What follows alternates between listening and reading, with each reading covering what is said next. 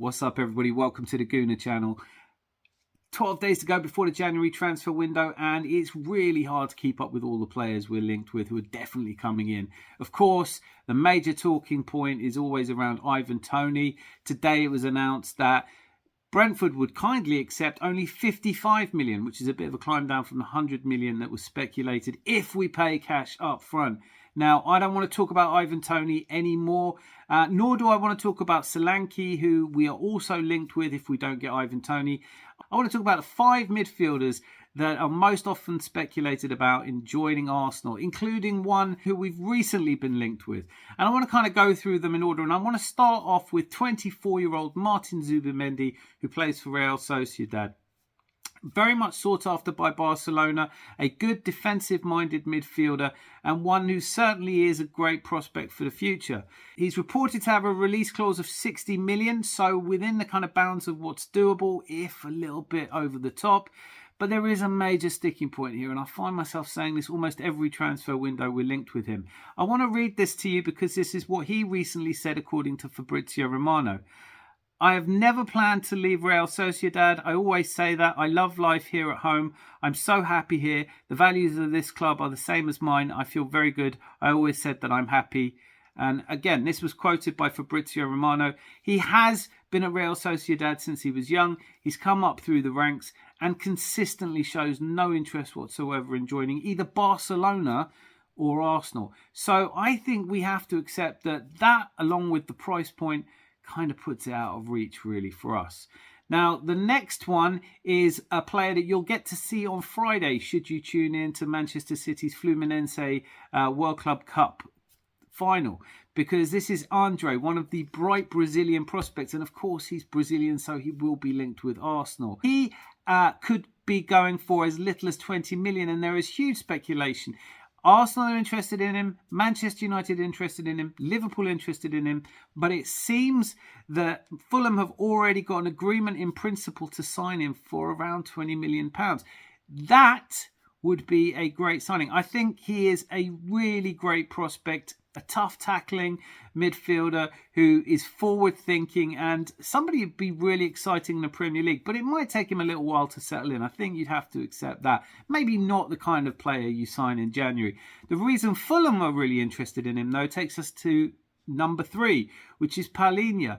Now, Palhinha came so close to joining Bayern Munich. Would have been a great signing for him. He's a little older than the profile that Arteta normally goes for, but he consistently leads the Premier League charts in tackles. And when he's not playing, Fulham are not the same side at all. It looks like they're resigned to losing him, but again, the price tag for Palhinha is thought to be about 60 million.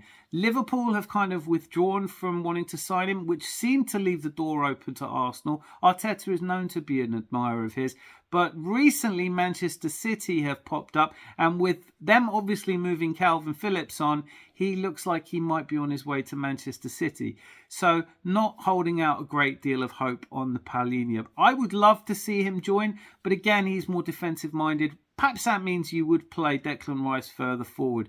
But I think with the amount of money being discussed and with Man City jumping in, this one just doesn't look that promising from an Arsenal point of view.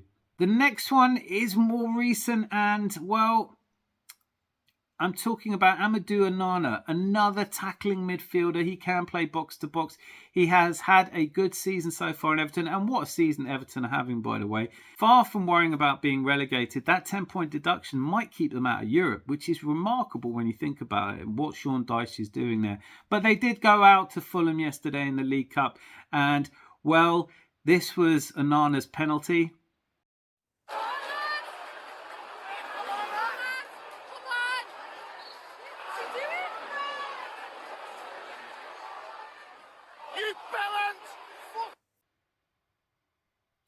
Excuse the foul language there. So he took a very casual penalty, as you can see, and has really upset Everton fans. He's 22 years old. He's Belgian, and I wouldn't necessarily be surprised to see him go. The problem with all of these, and this is a good point to bring up now, the problem with these is that none of the players that we're really being linked with are classed as homegrown players. Now, we already have 14 non-homegrown players, so for any of these players to come in, we would be looking to move someone out. Now, I could easily see us moving Thomas Partey out, or to put that another way, I could see us wanting to move Thomas Partey out, but it's not necessarily clear that anyone is going to want to buy him in January when he's going away to the African Cup of Nations. He's injury prone and he's not an impact player. He's probably someone you'd wait to summer to bring in. I do think he's leaving. I'm just not sure he's leaving in January. And I'm not sure who else would be going out to make way for a signing like Amadou Onana, Palhinha, etc. And finally, the big one, the one that is apparently top of Arteta's wish list, and it's just impossible for me to see how this one gets done, but I would dearly love to see it. In the end of summer 22, we had 3 bids knocked back, and I am, of course, talking about Douglas Luiz. Playing absolutely out of his skin at the moment, Aston Villa seems really happy. When we failed to sign him in 22, he signed a contract extension until 2027. The asking price for him starts at around 60 million, but you'd have to think Aston Villa in a realistic title challenge for the first time in as long as I can remember. Is there any way at all that they let him go? I mean, even if he agitated for a move, which is the very least this would take, I think you're looking at a completely unlikely transfer.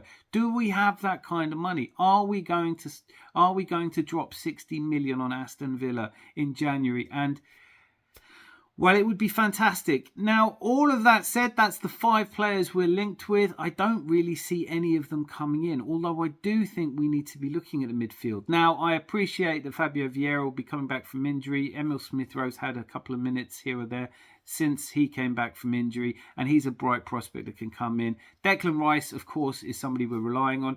We are short of midfield cover, though. It's speculated that El Neni may be on his way. Again, I don't know how true that is. But with only Jorginho and El Neni in backup at the moment, if anything were to happen to Rice, that would derail our title challenge faster than Saliba did last year. I'd love to see any one of these come in. You know, I'm looking forward to seeing Andre play on Friday. Let me know in the comments what you think. Is there a chance any one of these players comes to Arsenal? Or is it just further transfer rumour and speculation? I'm really looking forward to the transfer window, but I do just want to say straight out, we are very close to our fair play regulation spent money. So you have to look at who would go the other way. I've seen speculation today around Eddie Nketiah, but we apparently want at least 50 million for him. Of course, players like Thomas Partey, Fabio Vieira can go. And we could unregister Cedric because I don't necessarily think he's a pivotal part of our plans going forward. I hope we do bring in a midfielder. I think perhaps more of a creative-minded one. But anyway, like I said, let me know in the comments what you think. Thank you so much to everybody who has subscribed recently. We've had a real surge, and it's been brilliant to see so many of you leaving comments. Please do continue to do that. I answer everyone. If you like this video, or if you think we might sign any of these, click like. It's the Christmas season. Anyway, till I see you again, be lucky. Lots of love. Subscribe. And now that we're filming, Oh, go for it. people, now subscribe.